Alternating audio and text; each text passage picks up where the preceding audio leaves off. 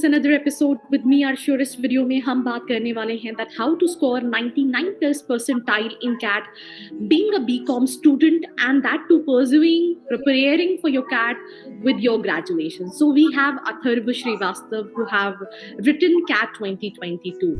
Atharv आपका क्या percentile रहा CAT 2022 में? मेरा था 99.71 percentile. Can you just little bit elaborate about your academic background और आपने कब से preparation करना start किया and how was your journey right from thinking that मुझे MBA करना है and starting your preparation for CAT 2022? मैंने अपनी स्कूलिंग कंप्लीट की है BHS इलाहाबाद से. उसके बाद मैंने बीकॉम में पार्ट ले लिया था इलाहाबाद यूनिवर्सिटी से. सेकेंड ईयर में जब मैं था तो मैंने ये सोच लिया था कि नेक्स्ट ईयर मैं जब थर्ड ईयर में अपीयरिंग रहूंगा तो मैं CAT दे दूंगा. तो मैंने लास्ट ईयर इटसेल्फ मैंने कोचिंग ज्वाइन कर ली थी इसके लिए. और मेरा बस यही था कि बस एक साल अगर मैं कंसिस्टेंटली पढ़ लूंगा तो मतलब ये था कि मेरा निकल जाना चाहिए, ऐसा था मेरे से. तो मैंने last year August and September start किया था कोचिंग.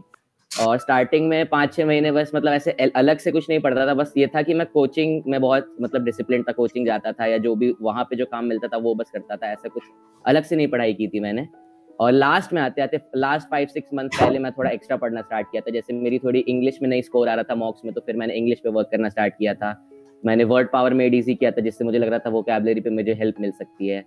एंड ये सब इसके बाद फिर मतलब लास्ट में मैंने 5-6 मंथ सही अलग से घर पे भी एक्स्ट्रा, तब भी बहुत ज्यादा नहीं, आई थिंक 2-3 घंटे और एक्स्ट्रा कोचिंग के अलावा. कोचिंग में 2-3 घंटे, घर पे 2-3 घंटे बस. So I just have this one question. I mean, a lot of students think that CAT काफी difficult होता है, especially जो कि engineering background के students नहीं होते हैं because maths होता है, right? You are doing BCom. So like was it same for you in terms of maths और या फिर आपने कैसे कॉप अप किया? सिर्फ मैथ्स वाला ही है. इंग्लिश और DILR तो आई थिंक सबके लिए वही कॉमन ही है.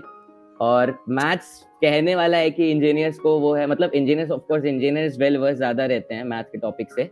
लेकिन बेसिकली जो है कि बेसिक अरिथमेटिक जो क्लास 10th की मैथ्स होती है, basic arithmetic, basic algebra, basic geometry, अगर सिर्फ उसको ही सही से अच्छे से मतलब उसको पढ़ लिया जाए, उसके सारे कॉन्सेप्ट्स को बेसिकली सही से समझ लिया जाए तो उतना इनफ होता है 99 परसेंटाइल मैथ्स में लाने के लिए. तो मेरा मैथ्स में स्कोर है 33 स्कोर था मेरा. और 11 क्वेश्चन मतलब मैंने बस सही किए थे और मेरा परसेंटाइल 99.11 परसेंटाइल बना QA में. सो बेसिकली बस अरिथमेटिक में ना सबसे ज्यादा वेटेज भी उसकी रहती है, सबसे डुएबल क्वेश्चंस उसके भी अरिथमेटिक के रहते हैं.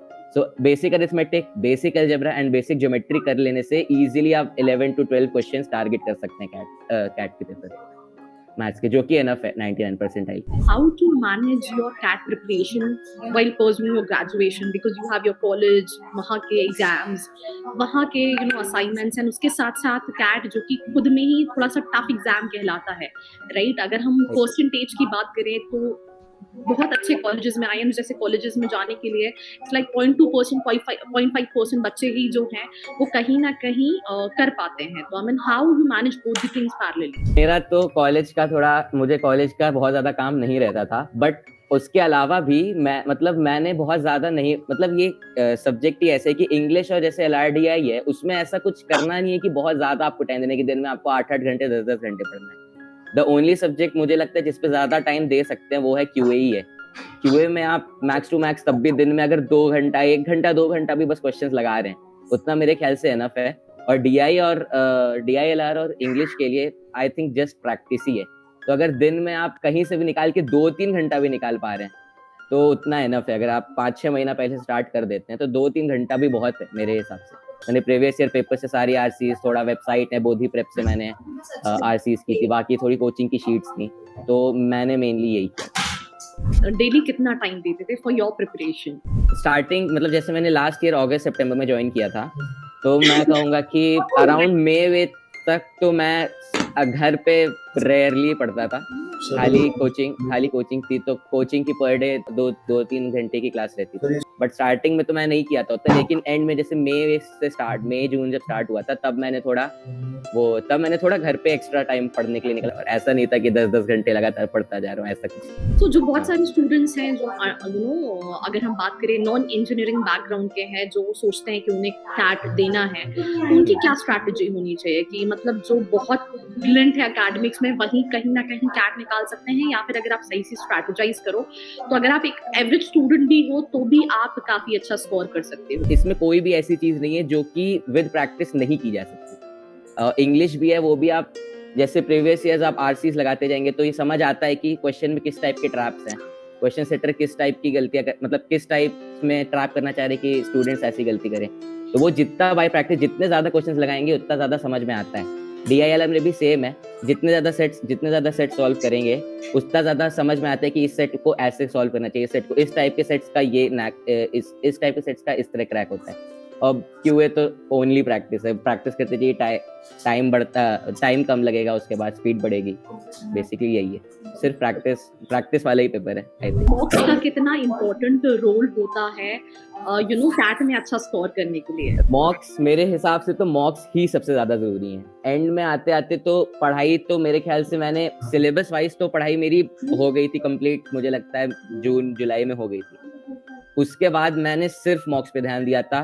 स्टार्ट किया था तो वीक में एक था, एंड में आते थे वीक में 2। नवंबर भर तो मैंने ऑलमोस्ट शायद कैट के पहले हर दिन दे देता था। मैं एक हफ्ते पहले तक मैं करीब 20 मॉक दे दिया था, नवंबर 1 से लेकर नवंबर 2020 तक। आइडियल नंबर क्या होना चाहिए?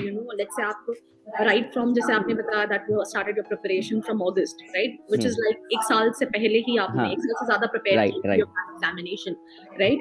सो क्या आइडियल मॉक्स होने चाहिए जो आपको कहीं ना कहीं मंथली देने चाहिए, सो दैट आप अपना कैट का परसेंटाइल कहीं ना कहीं इम्प्रूव कर सको? कोचिंग तो ज्वाइन करी थी अगस्त में, बट मैंने फर्स्ट मॉक मुझे लग रहा है मार्च में आके दिया है फर्स्ट मॉक, क्योंकि उसके पहले तो खाली पढ़ाई थी। तो मैंने करीब 5-6 महीने एक भी मॉक मतलब नहीं हुआ था, कोचिंग में ऐसा नहीं था मेरी। लेकिन तब भी मुझे लगता है मिनिमम कुछ नहीं तो 20 to 30 मॉक्स तो देने चाहिए ओवरऑल। हाँ, तो ये मंथली बेसिस वाला तो डिफर करना चाहिए। जैसे जब नया देना स्टार्ट किया है तो मंथली 2 या 3 दो भी आई थिंक इनफ है। जब स्टार्ट करें, अगर आप मार्च अप्रैल के टाइम पे हैं तो मंथली दो है आई थिंक, 2 हफ्ते में एक इनफ रहेगा। लेकिन फिर जैसे जैसे बढ़ता जा रहा है वैसे वैसे वो बढ़ाते जाए। एंड में आते आते कुछ नहीं तो हफ्ते में 2 तो आई थिंक देना चाहिए। अगर आप अक्टूबर या नवंबर एकदम एंड गेम में आप आ गए तो हफ्ते में 2 आई थिंक। और क्वेश्चन है कि अमन, कोविड के बाद एक चीज चेंज हो गई है, there this option of online coaching classes plus offline coaching classes. So what do you want to say on that? Being a student, you have so many of your friends who wrote CAT 2022 कि online से भी student कर सकता है, और it's better to go for an offline coaching, वो ज्यादा आपको इम्पैक्ट करता है, ज्यादा हेल्प करता है फॉर द प्रिपरेशन। पर्सनली मेरा तो ऐसा था कि मैं काफी इनडिसिप्लिन्ड हो गया था, क्योंकि मेरी बीकॉम की पढ़ाई में उतनी वो नहीं थी। तो मैं पर्सनली चाहता था कि मतलब डिसिप्लिन में आने के लिए मुझे ऑफलाइन क्लासेस की जरूरत थी। और क्योंकि लॉकडाउन में भी खाली फोन्स तो फोन पे डिस्ट्रैक्शन होता है, या फोन या लैपटॉप जिस पे भी लोग क्लासेस करते हो। तो मुझको ये था कि मुझे ऑफलाइन क्लासरूम एनवायरनमेंट मुझे चाहिए था डिसिप्लिन में आने के लिए। जब कोचिंग में जाऊंगा हर दिन तो उसका एनवायरनमेंट अलग रहता है, वहाँ पे जो पढ़ो वो ज्यादा बेटर समझ आता है, मुझे ऐसा लगता है। सो मैंने ऑफलाइन कोचिंग इसलिए ज्वाइन की थी। मैंने स्टार्टिंग में अकेडमी पे कुछ क्लासेस करी थी, तो मैं कंसिडर भी कर रहा था कि अकेडमी ही पे ही कर लूँ। लेकिन नहीं, फिर मतलब मैंने भैया हैं, मेरे मेंटोर्स हैं, उन्होंने सबने यही एडवाइस किया कि ऑफलाइन ही करो, ऑफलाइन में ज़्यादा बेटर एनवायरनमेंट मिलता है इसलिए। और ऑफलाइन में कंपटीशन भी बेटर मिलता है। जब हर दिन आप देखेंगे अपने साथ वालों को, हर दिन स्ट्राइव करेंगे कि उनसे बेटर मेरा नंबर है, मुझसे बेटर ये हो, तो वो आई थिंक ज़्यादा पुश करता है compared to online classes. तो स्टूडेंट्स कैट 2023 के लिए प्रिपेयर कर रहे हैं, एस्पिरेंट्स, उनके लिए कोई सजेशन है? मेरे हिसाब से तो कंसिस्टेंसी इज द की। सो हर दिन कुछ नहीं, हर दिन 1 घंटा, हर दिन 2 घंटा पढ़ना मेरे हिसाब से। अगर अभी से स्टार्ट कर रहे हो, हर दिन 2 घंटा भी, अगर हर दिन आप अभी से लेके अगले नवंबर तक जब कैट है तब तो हर दिन 1-2 घंटा भी आप दे रहे हैं तो मेरे ख्याल से बहुत हेल्प करेगा वो। According to you, Athar, right? What is the right time to prepare for CAT? It should be like before 1 year, it should be 6 months, it should be 7 months.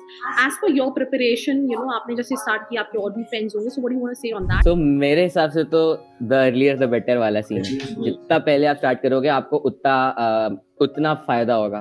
मेरे वही है, जो मेरे भैया थे उन्होंने मुझे को यही एडवाइस किया था कि अगर तुम अभी से स्टार्ट कर देते हो अगस्त सितंबर से, तो जो मेन स्टूडेंट्स रहते हैं वो स्टार्ट करते हैं मई जून जुलाई, मतलब ऐसे 5-6 मंथ पहले, तो तुम उनसे 5-6 महीना आगे हो जाओगे अगर तुम अभी से स्टार्ट करते हो, तो ये तो समझ लो। तो मैंने अगस्त सितंबर में ज्वाइन कर ली थी। तो मेरी कोचिंग में भी जो मेन लोग, मतलब करीब काफी 50% लोग उसी टाइम ज्वाइन कर रहे थे, अप्रैल मई में।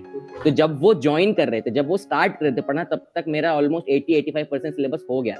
उस समय मुझे सिर्फ प्रैक्टिस करनी थी, सिर्फ टाइम बढ़ाने पे ध्यान देना था। और जब उस समय वो लोग पढ़ना स्टार्ट कर रहे थे, तो ये मुझे लगा बहुत बड़ा फैक्टर था मेरे इसमें अच्छे नंबर आने में, क्योंकि मैंने बहुत पहले स्टार्ट किया था, मेरा बहुत जल्दी सिलेबस हो गया था। Sir, thank you so much for your time and congratulations. And जितना मुझे पता है, I think सारी ही IIMs possible है with your person type, because you're not into this engineering category. So I think Right. भले हम वो ABC की बात करें, but then we'll see. We'll wish you all the best for converting all these your dream these schools, and उसके बाद फिर हम definitely मिलते हैं एक और वीडियो के साथ। Thank you ma'am, thank you. Okay, thank you.